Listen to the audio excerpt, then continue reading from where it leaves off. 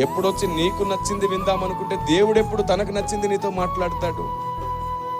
కాబట్టి ప్రార్థన మార్చేద్దాం. ఏమని ప్రార్థిస్తారో తెలుసా? ఇక్కడ నుంచి ఇప్పటి వరకు నా గురించి మాట్లాడు ప్రభు అని అడిగావు, మానేసే. ఇప్పటి నుంచి ప్రార్థించు, నీవేం మాట్లాడాలనుకుంటే అదే మాట్లాడు ప్రభు, నేను మందిరానికి వస్తున్నానని అడగండి. ప్రతి సేవకుడు బూరలాగా మోగుతాడు ఆ తర్వాత నుండి. ప్రతి స్థానిక సేవకుడు మండుతాడు ఆ తర్వాత నుండి.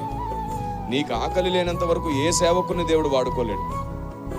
ప్రతి సేవకుడు తల్లిలాగా భావించి మిమ్మల్ని భరిస్తూనే ఉంటాడు, ఓదారుస్తూనే ఉంటాడు, బలపరుస్తూనే ఉంటాడు.